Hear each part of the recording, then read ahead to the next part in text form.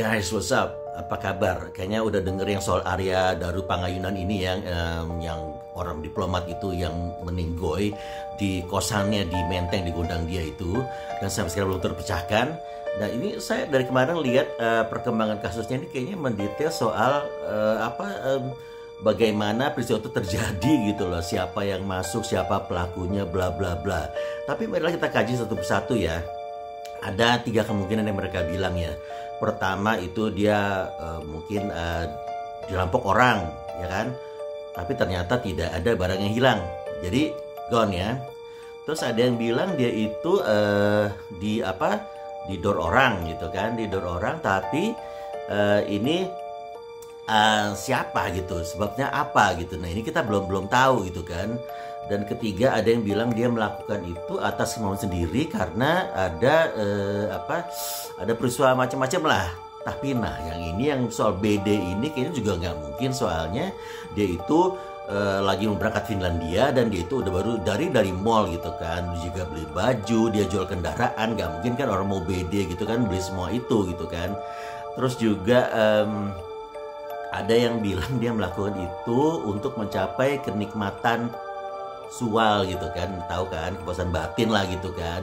Tapi kan nggak mungkin gitu kan, bagaimana orang itu bisa melakukan itu kan sampai serapi begitu, sampai kehilangan napas, pasti kan orang otomatis akan berhenti gitu kan. Memang ada sih yang kayak ini yang SNM begitu kan, jadi dengan cara-cara kekerasan mencapai kepuasan seksual gitu. Tapi kayaknya nggak mungkin. Dan dari tipe orang-orang itu positif sekali, dan dia punya istri walaupun long distance, tapi dia juga orang pemberani, dan dia juga tipe-tipe orang positif deh. Orang nggak ada yang percaya soal itu gitu kan. Dan tapi satu hal ya, orang banyak berkesimpulan bahwa dia itu memang dihilangkan nyawanya gitu loh, berhubung dia itu bersangkutan dengan perlindungan WNI di luar negeri gitu. Dan tapi kan anehnya si Kemlu minta tak kaitkan tewasnya Arya Daru dengan kasus TPPO. Nah ini yang bikin bingung gitu, kenapa tidak dikaitkan gitu, padahal seperti itu. Padahal kita tahu TPPO itu tindakan penculikan orang itu bisnis besar di luar negeri gitu kan. Contohnya soal mata, ginjal, jantung tuh besar sekali nilainya gitu. Apalagi ginjal ya, dia bisa mencapai 1,5 sampai 2 M satu ginjal, bayangin satu orang gitu kan. Masih kebayang kan, kamu pernah dengar kan soal yang direnggut ginjalnya hidup-hidup tanpa operasi di Kamboja gitu. Nah itu kan peristiwa sangat mengerikan. Nah itu karena big bucks, jadi orang kan pasti kan akan melakukan apa saja untuk hal seperti ini.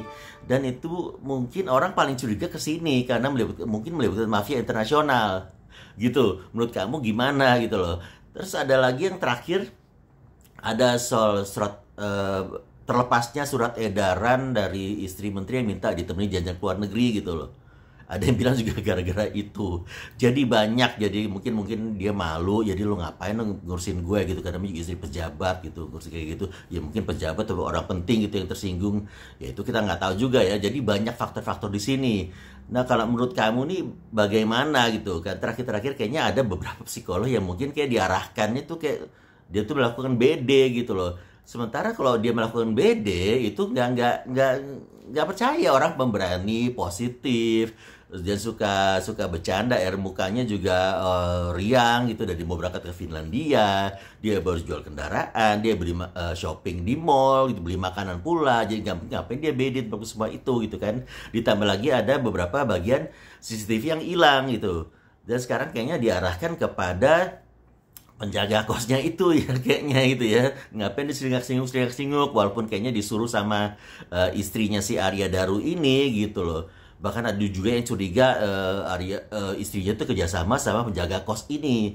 Jadi banyak lagi spekulasi yang berkenaan di bidang ini gitu loh.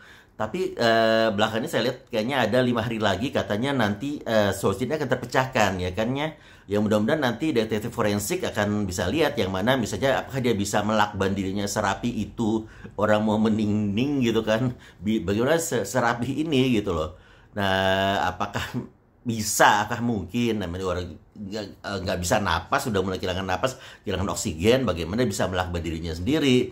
Kalau menurut kamu nih gimana? Apakah nanti hasilnya akan terbuka menurut keyakinan orang? Apakah ini memang melibatkan mafia penting atau pejabat penting? Apa gimana? Give me a comments. Bye-bye.